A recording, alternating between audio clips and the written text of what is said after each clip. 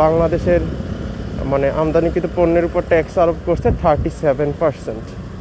এখন এই জিনিসটা নিয়ে লাস্ট 2-3 দিন যাবৎ অনেক আলোচনা সমালোচনা কন্ট্রোভার্সি হইতেছে। রপ্তানি হয়েছে 8.5 আর আমদানি করছে মাত্র 1.5। ডিফারেন্স হচ্ছে $7 বিলিয়ন। মানে আমদানি আর রপ্তানির মধ্যে ডিফারেন্স $7 বিলিয়ন, হিউজ অ্যামাউন্ট।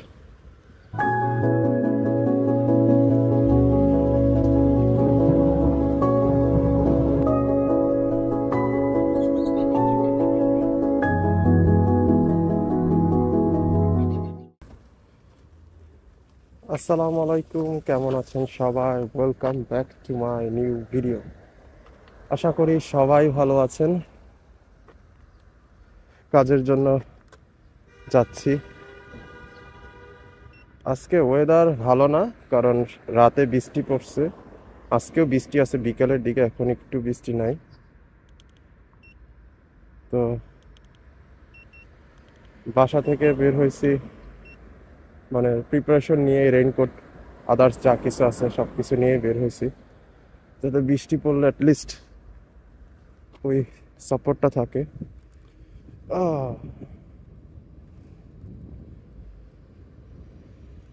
ওকে,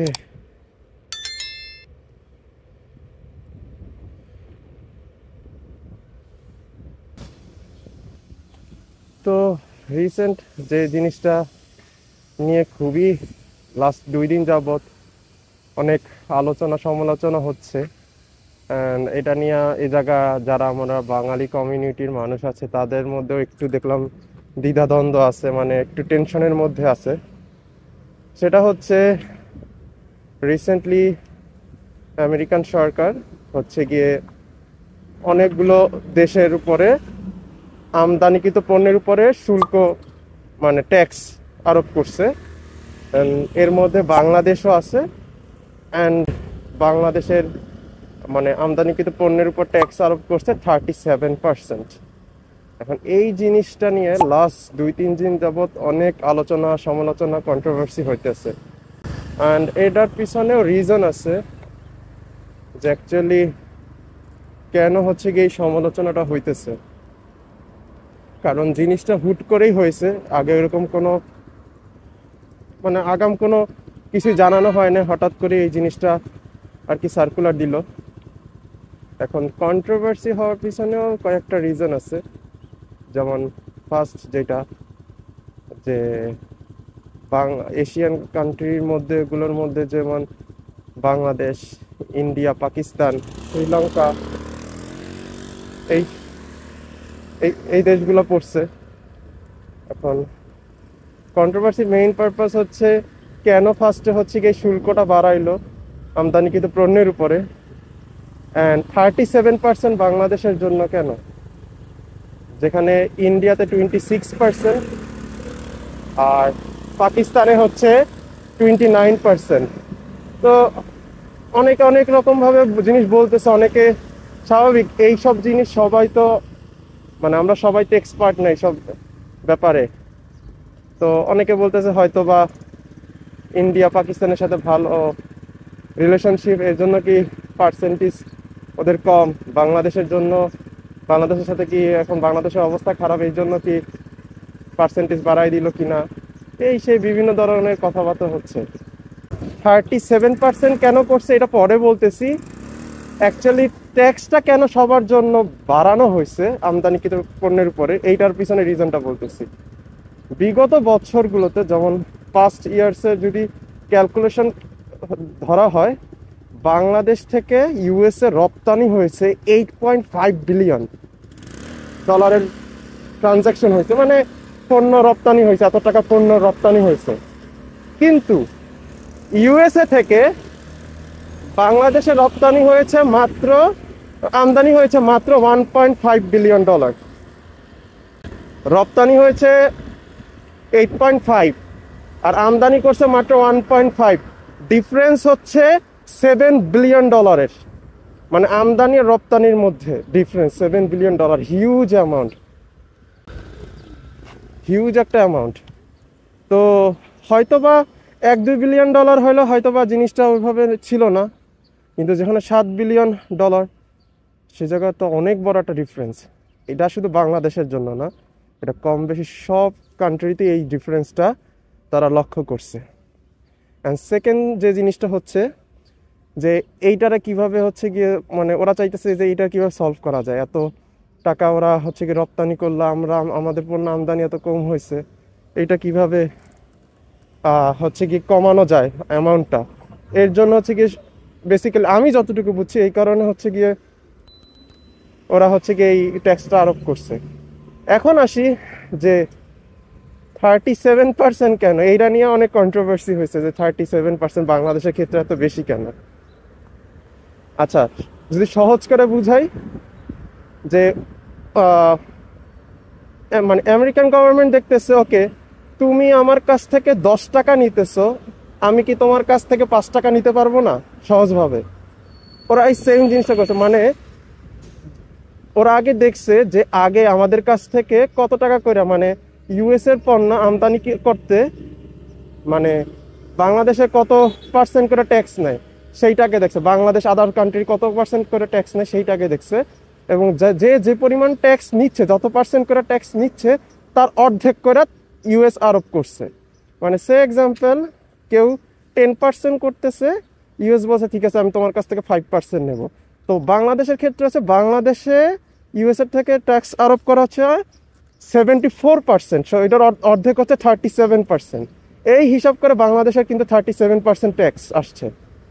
ইন্ডিয়ার 52% করে নিত, ওটার অর্ধেক করে দিয়েছে 26। পাকিস্তানের ক্ষেত্রেও সেম 29%। এই ক্ষেত্রে ডিফারেন্সিয়েশনটা হয়েছে যে কারো ক্ষেত্রে বেশি কারো ক্ষেত্রে কম। শ্রীলঙ্কার ক্ষেত্রে 44% হয়েছে। তো এই কারণে হচ্ছে কারো ক্ষেত্রে ট্যাক্স বেশি আসছে, কারো ক্ষেত্রে কম আসছে, ডিপেন্ডস অন কারা কিভাবে ট্যাক্স নিতেছে ওই দেশ। তো ট্যাক্স তো এখন পর্যন্ত সবেমাত্র এই জিনিসটা মানে আলোচনায় আসছে, হয়তো এটা খুব শীঘ্রই এটা আরোপ করবে। এখন কথা হচ্ছে এটার জন্য ইম্প্যাক্ট কি পড়বে, ইম্প্যাক্ট পড়বে কি না। ইম্প্যাক্ট তো অবশ্যই পড়বে, মানুষ এইটা নিয়েই বেশি আলোচনা করতেছে যে এই বছর যেহেতু আমরা নিউ ইয়র্কে থাকি, নিউ ইয়র্কের সাইড থেকে বলতেছি, মিনিমাম রেট মাত্র 50 পয়সা মানে ইনক্রিজ করছে। আগে $16 ছিল, এখন 16.5 করছে। এখন ধরেন এই যে আমদানিকৃত পণ্য দাম বাড়াই দিতেছে, এখন এই ক্ষেত্রে হচ্ছে গিয়ে ইম্প্যাক্ট পড়বে বাংলাদেশের ক্ষেত্রে। ইউএস এর ক্ষেত্রে তেমন কিছুই হবে না, কারণ বাংলাদেশের ক্ষেত্রে ইম্প্যাক্ট প্রদান কীরকম হবে আমি একদম সহজ করে যদি আরও বলি, আমি বাঙালি নেইবারহুডে থাকি, বাংলাদেশের অনেক এই নেইবারহুডের যে গ্রোসারিগুলো বাংলাদেশে অনেক পণ্য বিক্রি করে, যেমন রাঁধুনির, হলুদ, গোবরিচ, প্রাণের পণ্য, এভরিথিং যত আমরা মানে রান্না গ্রোসারির আইটেম আছে বাংলাদেশি পণ্য, চানাচুর থেকে শুরু করে সব কিছুই মোটামুটি এই জায়গায় পাওয়া যায়, অ্যাভেলেবেল একদম সব এই জায়গা মোটামুটি আসে, যেহেতু এক জায়গায় বড় বাঙালি কমিউনিটি থাকে। এখন যদি এই আমদানি পণ্যের উপর ট্যাক্স বসাই দিচ্ছে, আস্তে আস্তে এগুলো করে কিন্তু জিনিসপত্রেরও এই জিনিসগুলোর দামও বেড়ে যাবে। আর দেখা যাবে মানুষ ধরেন যে হলুদ মরিচ কিনতেছে, যেটা আমি আগে 2 টাকায় কিনতাম, এখন যদি 4 টাকা হয় আমি তখন ভাববো ঠিক আছে আমি অন্য ব্র্যান্ডের, ইউএস এর অনেক ব্র্যান্ডের হলুদ মরিচ কিন্তু পাওয়া যায়, আমি চিন্তা করবো আচ্ছা ঠিক আছে আমি তাহলে ওই ব্র্যান্ডেরটা ইউজ করি যেহেতু এটার দাম কম। আস্তে আস্তে কিন্তু বাংলাদেশি পণ্য আমি কিনা অফ করে দিব। পরে দেখা যাবে কি হবে, ডিমান্ড কমে যাবে, সাপ্লাই ঠিকই আছে, ডিমান্ড কিন্তু কমে যাচ্ছে, অ্যান্ড প্রোডাক্ট সেল হচ্ছে না। সাপ্লাই যারা হচ্ছে গিয়ে এই জায়গার প্রোডাক্ট মানে আনে মানে বাহির থেকে, ওরাও প্রোডাক্ট আস্তে আস্তে আনা বন্ধ করে দিবে, মানে প্রোডাক্ট কমাই দিবে। দেখা যাবে আস্তে আস্তে বাংলাদেশে যে যে পরিমাণ এক্সপোর্ট করতো ওই জিনিসটা কমে যাইতেছে। আবার ওইদিকে সবচেয়ে বড় যে ইম্প্যাক্টটা পড়বে সেটা হচ্ছে গিয়ে পোশাক বা গার্মেন্টস শিল্পে, কারণ এই ইউএসের মানে বড় বড় ব্র্যান্ডগুলা যারা টমি Hilfiger, gap, old navy, American eagle, আরও আছে, আমি জাস্ট আমার মাথায় ইনস্ট্যান্ট যেগুলো আসছে আমি ওইগুলোর কথাই বললাম। এরা কম বেশি সবাই হচ্ছে গিয়ে বাংলাদেশ থেকে ফ্যাব্রিক থেকে শুরু করে সব কিছু নেয়। ইভেন আপনি গ্যাপ, ওল্ড নেভির শোরুমে গেলে যে ট্যাগগুলো যে চেক করেন মেড ইন বাংলাদেশ এখনো লেখা পাবেন, মানে নিউ ইয়র্কের শোরুমগুলোর কথাই বলতেছি, মেড ইন বাংলাদেশ লেখা পাবেন। তো এখানে কিন্তু ভালো এই পোশাকের ডিমান্ডটা আছে। তো এই ক্ষেত্রেও যদি এই জিনিসগুলো বাড়ে দাম, এখানের যারা হচ্ছে গিয়ে ব্র্যান্ডগুলো আস্তে আস্তে দেখবে যে না, বাংলাদেশ থেকে প্রোডাক্ট নিতে গেলে আমার টাকা বেশি লাগতেছে, তখন আস্তে আস্তে কিন্তু ওই প্রোডাক্ট অন্য দেশ থেকে নেওয়া শুরু করবে, অন্য দেশের কাছে কন্ট্রাক্টগুলো চলে যাবে। তো দেখা যাবে কি আস্তে আস্তে করে হচ্ছে গিয়ে পোশাক শিল্পের ক্ষেত্রেও একটা মানে একটা মেজর ইম্প্যাক্ট পড়ে যাবে। হয়তোবা আমরা এই দেশে আছি, হয়তোবা আমাদের ক্ষেত্রে ওই কিছু ফিল নাও হইতে পারে, বাট চিন্তা করেন আমাদের দেশের কথা চিন্তা করলে দেখা যাবে ওই ক্ষেত্রে এটা একটু হয়তো প্রথম অবস্থা না হলেও বছর খানিক পারার পর কিন্তু একটা ভালো মেজর ইম্প্যাক্ট পড়া শুরু করবে। এইটা নিয়ে এখানে ভালোই অ্যাকচুয়ালি মানুষজন একটু আলোচনা করতেছিল, ভাবলাম আপনাদের সাথেও আমি শেয়ার করি। তো আপনাদের যদি ভিডিওটা ভালো লাগে লাইক করবেন, আর আমার যারা যারা চ্যানেলে নতুন আছেন আমার চ্যানেলটা সাবস্ক্রাইব করবেন। তো দেখা হচ্ছে আপনাদের সাথে নেক্সট ভিডিওতে। ততদিন পর্যন্ত সবাই ভালো থাকেন, সুস্থ থাকেন। আল্লাহ হাফেজ।